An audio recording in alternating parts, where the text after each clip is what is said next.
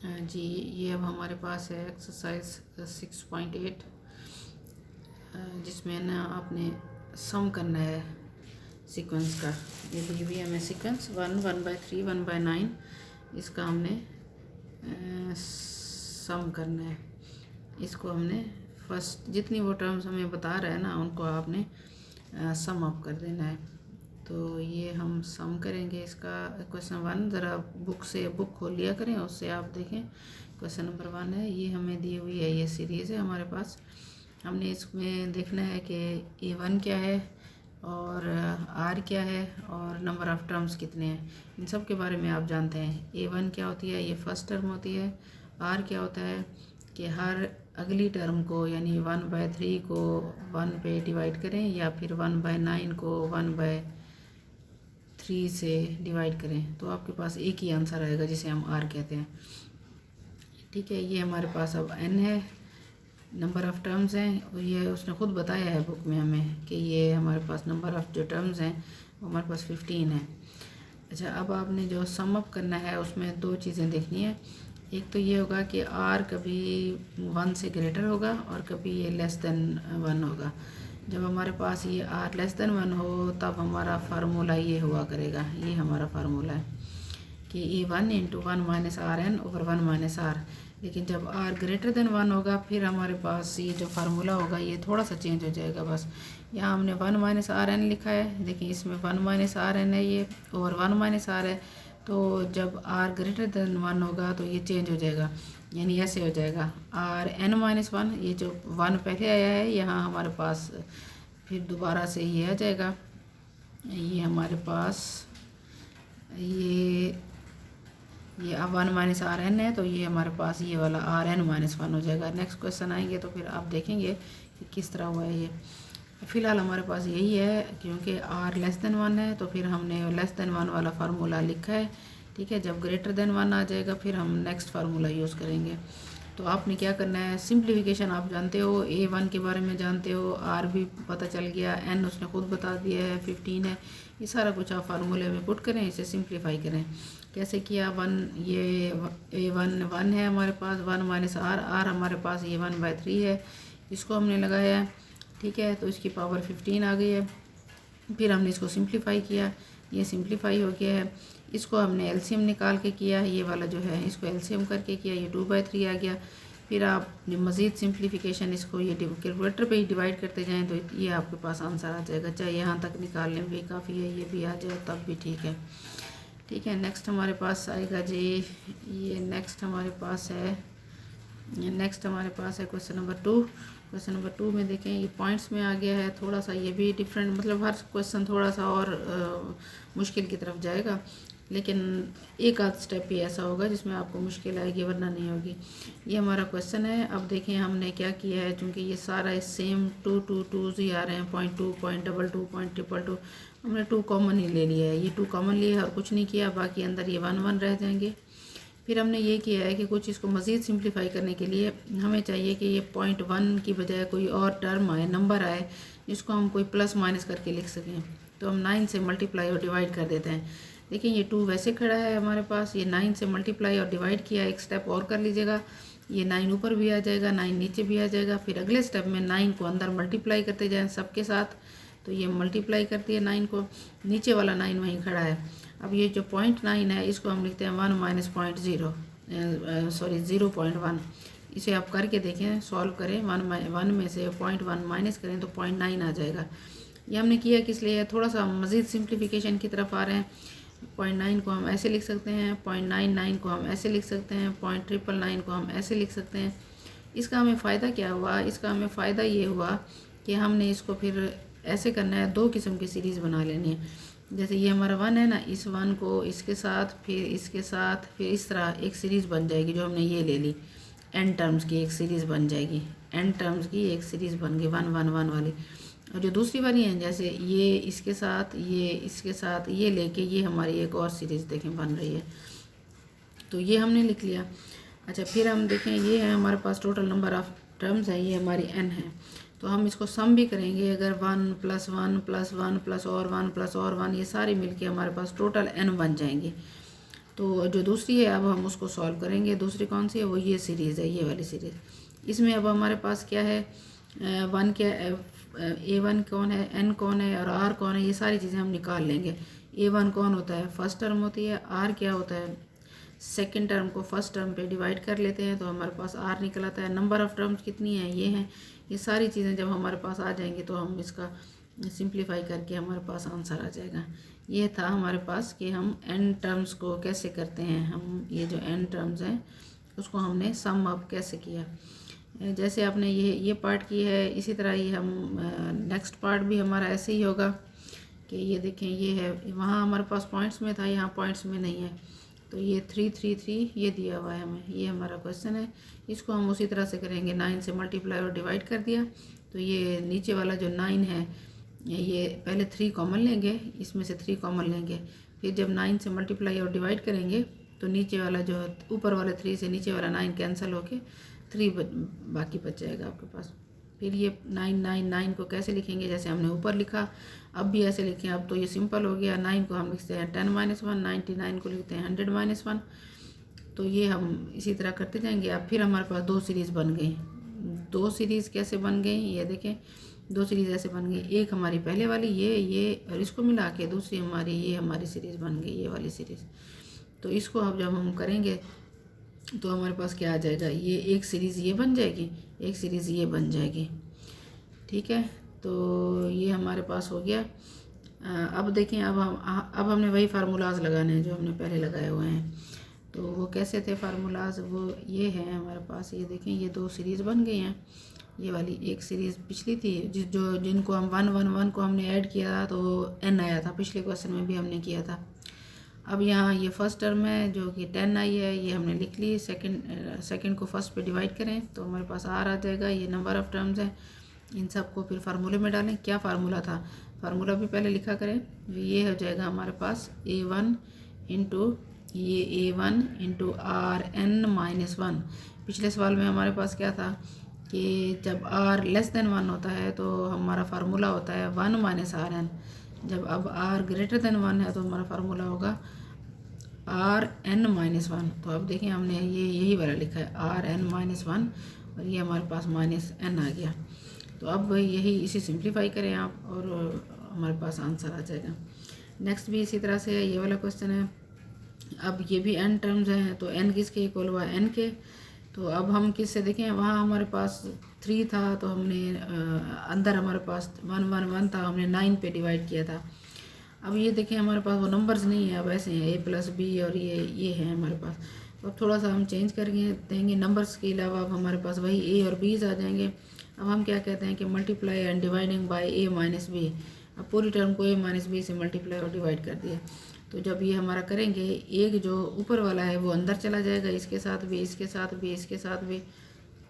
ये देखें, ये आ गया है इन सब के साथ। अब इनको अगर सिंप्लीफाई करेंगे तो देखें A - B हमारा वैसे अकेली ही टर्म है, वो वैसे रहेगी। इसको और इसको मल्टीप्लाई कर दें तो हमारे पास ये आ जाएगा। इन 3 टर्म्स को, इन 2 टर्म्स को मल्टीप्लाई करें तो हमारे पास इस तरह आ जाता है कि A³ - B³ का फार्मूला है। तो ये हमारे पास सारे जो मल्टीप्लिकेशन करने के बाद जो टर्म्स आ गई वो ऐसे आ गई। फिर हमने फिर उसी तरह से 2 सीरीज़ बना देनी है। कैसे, ये A वाली सीरीज़ बन जाएगी, इनको निकालते जाएं। देखें, ये इसके साथ, ये फिर यूँ प्लस ये यूँ, अगली फिर यूँ, फिर ये B वाले भी अलग हो जाएंगे। अब A और B में हम मोस्टली यही फार्मूला यूज़ करते हैं, A × A RN-1। तो R कौन होगा, ये A2 को A पे डिवाइड करेंगे तो हमारे पास A निकल आएगा। तो A की n, और ये A के लिए हमारा फार्मूला यूज़ होगा, ये हमारा फार्मूला B के लिए यूज़ होगा। तो इसको अब हम सिंप्लीफाई कर देंगे। जब ये सिंप्लीफाई करेंगे तो ये हमारा LCM बन जाएगा। ये भी और ये भी, LCM वही होता है जो दोनों टर्म्स में आ जाए। तो हमने इसको LCM ले लिया। ये इसमें A - 1 है, इसमें B - 1 है, ये LCM हो गया। LCM सॉल्व करना आपको आता होगा कि ये A - 1 नीचे वाला ये सेम हो गए नीचे वाले, तो ऊपर वाले को अब हम इसके साथ मल्टीप्लाई कर देंगे, इसके साथ। और ये B - 1 यहाँ है पड़ा, तो अब हम इसको इसके साथ मल्टीप्लाई कर देंगे। ये मल्टीप्लिकेशन आप देखेंगे तो आपसे इंशाल्लाह ये LCM के ज़रिए आपसे सॉल्व हो जाएगा। ठीक है, नेक्स्ट भी इसी तरह से जिस तरह हम क्वेश्चन चेंज होता जाता है हम मल्टीप्लाई और डिवाइड भी मुख्तलिफ करते आएंगे। थोड़ा सा क्वेश्चन को देख के कर लेना है। वहाँ हमने 9 से कर दिया था, फिर हमने a-b से कर दिया, और यहाँ चूँकि ये हमारे पास केज आ गए हैं तो हमने 1 + k और 1 - k से मल्टीप्लाई और डिवाइड कर दिया। फिर इसी तरह से 2 सीरीज़ बन जाएंगी और फिर हम इसको सॉल्व करेंगे। ये हमारे पास हो गए 3 क्वेश्चन। तो क्वेश्चन नंबर 4 देखें, ये कैसे है। 4 को भी इसी तरह से आपने करना है, वही फार्मूला यूज़ करना है आपने कि ये हमारे पास फर्स्ट टर्म है, ये हमारे पास ये देखें ये फर्स्ट टर्म है 2, और ये हमारे पास फर्स्ट को सेकंड पे डिवाइड करने से हमारे पास रेशो आती है। नंबर ऑफ़ टर्म्स उसने खुद बता दिया है कि वो 8 है। अब इनको हमने फार्मूले के अंदर डाला है तो ये हमारा क्या बनेगा, a1 × Rn-1। तो यहाँ हमारे पास r ज़रा बड़ा नंबर आ गया है, वो कौन सा आ गया 1 - i/2, ये आ गया है r। तो ये हम फार्मूले में डाल लेंगे, फिर इसको सिंप्लीफाई कर देंगे। किसको सिंप्लीफाई कर देंगे, ये ऊपर वाले को भी और नीचे वाले को भी। देखें ऊपर वाला भी फ्रैक्शन में है, नीचे वाला भी फ्रैक्शन में है। पहले हम इसको सॉल्व कर लेंगे। ये देखें ये इसके नीचे हम 1 लगा के हम कहेंगे कि इस एलसीएम 2 होगा। इस 2 एलसीएम को सॉल्व करके ये नीचे वाला हमने सॉल्व कर दिया, ये वाला। ठीक है, ऊपर वाला भी फ़िलहाल हमारे पास, वैसे हमने नीचे वाले को सॉल्व किया। जब ऊपर वाले को अगली दफ़ा देखा थोड़ा सा ये सिंप्लीफाई हो गया, नीचे वाला डिनोमिनेटर। अब हम न्यूमरेटर को सॉल्व करते हैं। न्यूमरेटर ऐसे सॉल्व होता है कि 8 को हमने 2 × 4 पावर्स में लिख दिया, और फिर 2 ऊपर वाले की पावर भी 8 और नीचे वाले 2 की पावर भी 8। तो 2 की पावर 8 हमारे पास 256 होता है। फिर हमने इसको सॉल्व कर दिया, फिर इसको भी सॉल्व किया कि ये हमारे पास 1 - 2 आयोटा प्लस आयोटा आ गया। ठीक है, इसको फिर हमने ये फिर आयोटा स्क्वायर आ जाएगा यहाँ पे, ये जो हमारे पास ये आ जाएगा। इसको फिर हमने -1 लिख दिया। ठीक है, ये -1 से हमारे पास ये 1 और ये 1 कैंसिल हो जाएंगे, बाकी हमारे पास 2 आयोटा बचा -56। नीचे वाले को फिर मज़ीद सिंप्लीफाई किया, ये सारी सिंप्लीफिकेशन ही है। फिर जो हमारे पास नीचे आयोटा आ गया, ये एक आंसर आ गया, तो हमने उसको रेशनलाइज कर दिया। यानी इस 1 + आयोटा को हमने 1 - आयोटा और 1 - आयोटा से मल्टीप्लाई और डिवाइड कर दिया।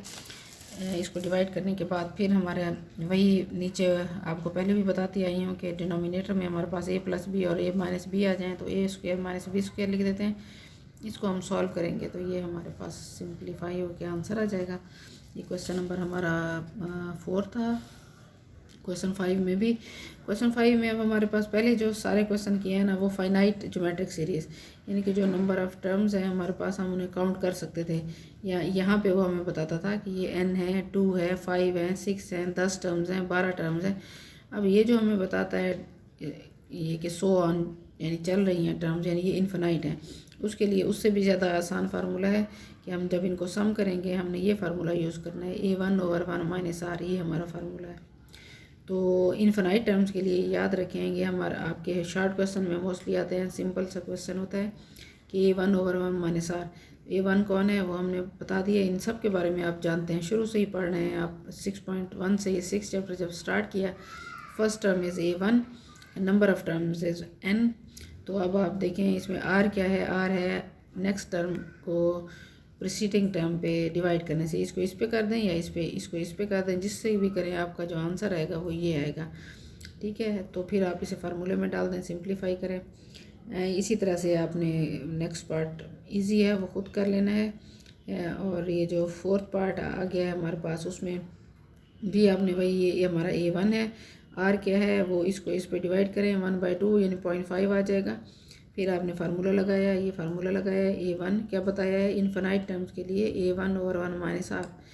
ये आप नोट करते जाया करें इन चीज़ों को। a1/1 - r ये हमारा इन्फिनाइट टर्म्स का फार्मूला है उन्हें सम करने के लिए। तो आप ये वैल्यूज़ लगाएं और इसे सिंप्लीफाई करें तो आपके पास आंसर आ जाएगा। तो नेक्स्ट हमारे पास स्क्वायर रूट वाला है क्वेश्चन। ये स्क्वायर रूट वाले थोड़े से बच्चों को मुश्किल लगते हैं। ये हमारे पास फर्स्ट टर्म है, ये तो आपको पहले ही पता चल रहा है। और ये r है हमारे पास, इसको इस पे डिवाइड करें तो ये भी याद रखें कि ये 2 और 4 कैंसिल हो जाएंगे, तो बाकी हमारे पास ऐसे बचेगा। और ये भी आपको पता है कि ये जो नीचे 2 है, इस अकेले 2 को हम ऐसे लिख सकते हैं कि ये हमारे पास होता है जी square root of 2 into square root of 2 that is equal to square root 2। Sorry, ये जो है ना ये ऐसे होता है, ये इस तरह से 2 इज़ इक्वल टू 2 को हम लिख सकते हैं 2 बार स्क्वायर रूट में। तो इस 2 को हमने 2 बार स्क्वायर रूट में लिखा, तो एक स्क्वायर रूट कैंसिल हो जाएगा और एक बाकी रह जाएगा, इसलिए डिनोमिनेटर में एक रह गया। ये फार्मूला लगाया हमने, इसके अंदर ये हमने वैल्यूज़ डाली हैं, फिर वही हमने एलसीएम लिया। इसके नीचे, इस टर्म के नीचे कुछ नहीं है तो इसके नीचे 1 आ जाएगा, तो स्क्वायर रूट 2 एलसीएम हो जाएगा। फिर हमने एलसीएम को सॉल्व किया, सॉल्व करने के बाद नीचे स्क्वायर रूट या कम्प्लेक्स वाले नंबर्स आ जाएँ तो उसको हम रेशनलाइज कर देते हैं। इसके स्क्वायर रूट ऑफ 2 -1 है तो +1 के साथ और +1 के साथ हमने इसको रेशनलाइज कर दिया। रेशनलाइज करने के बाद फिर सिंप्लीफाई करें। अच्छा, अब नेक्स्ट क्वेश्चन में थोड़ी सी डिफरेंट है, वो ये बात है डिफरेंट कि आपने ये जो डॉट्स वाले क्वेश्चन है ना, इस तरह ये ऊपर डॉट लगा होता है, इट मीन्स वो भी कंटिन्यूस टर्म्स हैं हमारे पास, यानी 3 4 बार बार आता जाएगा। ये देखें, ये 3 4, फिर आगे फिर 3 4, फिर आगे फिर 3 4, इसी तरह फिर आगे हम फिर 3 4 लिख सकते हैं, इसी तरह आगे हम फिर 3 4 लिख सकते हैं, ये चलते जाएंगे। तो होगा क्या, अब आपने इन टर्म में क्या करना है, इन टर्म में आपने ये करना है कि वही ऊपर डॉट्स हटा के 3 4 3 4 3 4 लगाते जाना है। अब आपको पता है कि ये डॉट्स 1.3 मीन्स 1 + 0.3, 1.5 मीन्स 1 + 0.5, तो इसी तरह 1.343434 मीन्स 1 + 0.34 34 34 34 ऐसे। अच्छा, इसको हम ऐसे लिख सकते हैं 0.3434, ये जो इतनी बड़ी टर्म जा रही है उसको हम ऐसे लिखते हैं कि ये हमारे पास होता है जी 1 + 0.34। इसको समझे, नेक्स्ट क्वेश्चन में भी इसी तरह से होगा 0.34। पॉइंट के बाद कितने नंबर्स हैं हमारे पास, 2 नंबर्स हैं, तो हम पहले 2 0 लगा देंगे। ये देखें 2 0, फिर 3 4। दोबारा देखें, यहाँ पॉइंट के बाद 2 नंबर्स हैं, इसलिए 2 0 लगा दी। अब इसमें देखें पॉइंट्स के बाद कितने नंबर्स हैं, 4 नंबर्स हैं, तो हमने यहाँ पे 4 0 लगा दी। अब यहाँ नेक्स्ट क्या आएगा, आप खुद लिख के देख लें कि पॉइंट के बाद हमारे पास 6 नंबर्स हैं, 4 ये 0 हैं, 2 ये नंबर हैं, 6 हैं। तो नेक्स्ट जो हम लिखेंगे वो फिर ऐसे लिखेंगे 6 बार 0 लिख के 1 2 3 4 5 6, फिर 34 आप साथ लिखेंगे, इस तरह आप लिखेंगे। तो इसको आपने थोड़ा सा सेट कर लेना है, ये आपको बता दिया मैंने, वरना फिर दोबारा से इस चीज़ को सुने पीछे को वो रिवर्स करके कि ये 2 नंबर्स हैं 0.34 वाले, तो यहाँ इस तरह 3 4 के साथ 2 0 लगेंगे। यहाँ पॉइंट्स के बाद राइट साइड पे देखें 4 नंबर्स हैं, तो यहाँ 4 0 लगेंगे, फिर 3 4 आएगा। तो इनको आप देखें, अब हमारे पास जो टर्म्स बनी उसमें आप इस 1 को अभी शामिल नहीं करेंगे, 1 आखिर में आंसर में लिख देंगे। अभी आपकी जो सीरीज़ बनेगी वो ये बनेगी, ये इसी तरह आगे। तो इसमें देखें आप, फर्स्ट टर्म कौन सी है, फर्स्ट टर्म हमारी ये वाली बनेगी, फर्स्ट टर्म हमारी ये बनेगी। सेकंड टर्म क्या बनेगी, ये होगी। यहाँ से हम आर निकालेंगे, इसको इस पर डिवाइड कर देंगे तो आर निकल आएगा। तो बाकी इन्फिनाइट सीरीज़ वाला फार्मूला वही लगेगा। पहले फार्मूला लिखा करें, ए ओवर क्या था वो, ए ओवर 1 - आर, ये फार्मूला लगाएं और इसमें वैल्यूज़ डालें, तो आपसे ये क्वेश्चन 6 भी आपसे सॉल्व हो जाएगा। क्वेश्चन 7 आपका पिछले क्वेश्चंस की तरह है, जैसे हमने क्वेश्चन 3 किया था उसी तरह से। अब आपके पास देखिए, ये वो फाइनाइट टर्म्स के लिए था, ये इनफिनाइट टर्म्स के लिए है, तो करना उसी तरह से ही है। आपने 1 - k और 1 - k से मल्टीप्लाई और डिवाइड कर देना है। नीचे वाला डिनोमिनेटर में वही रहेगा, अंदर वाला अंदर चला जाएगा, मल्टीप्लाई हो जाएगा। किस किस के साथ होगा, इसके साथ भी होगा, इसके साथ भी, इसके साथ भी। तो उसी तरह जैसे हमने क्वेश्चन 3 में सीरीज़ बना ली थी, तो एक सीरीज़ हमारी ये बन जाएगी कि 1 और r मल्टीप्लाई हो जाएंगे, इधर 1 और r स्क्वायर मल्टीप्लाई हो जाएंगे, इधर हमारे पास 1 और r 3 मल्टीप्लाई हो जाएंगे, ये वाले।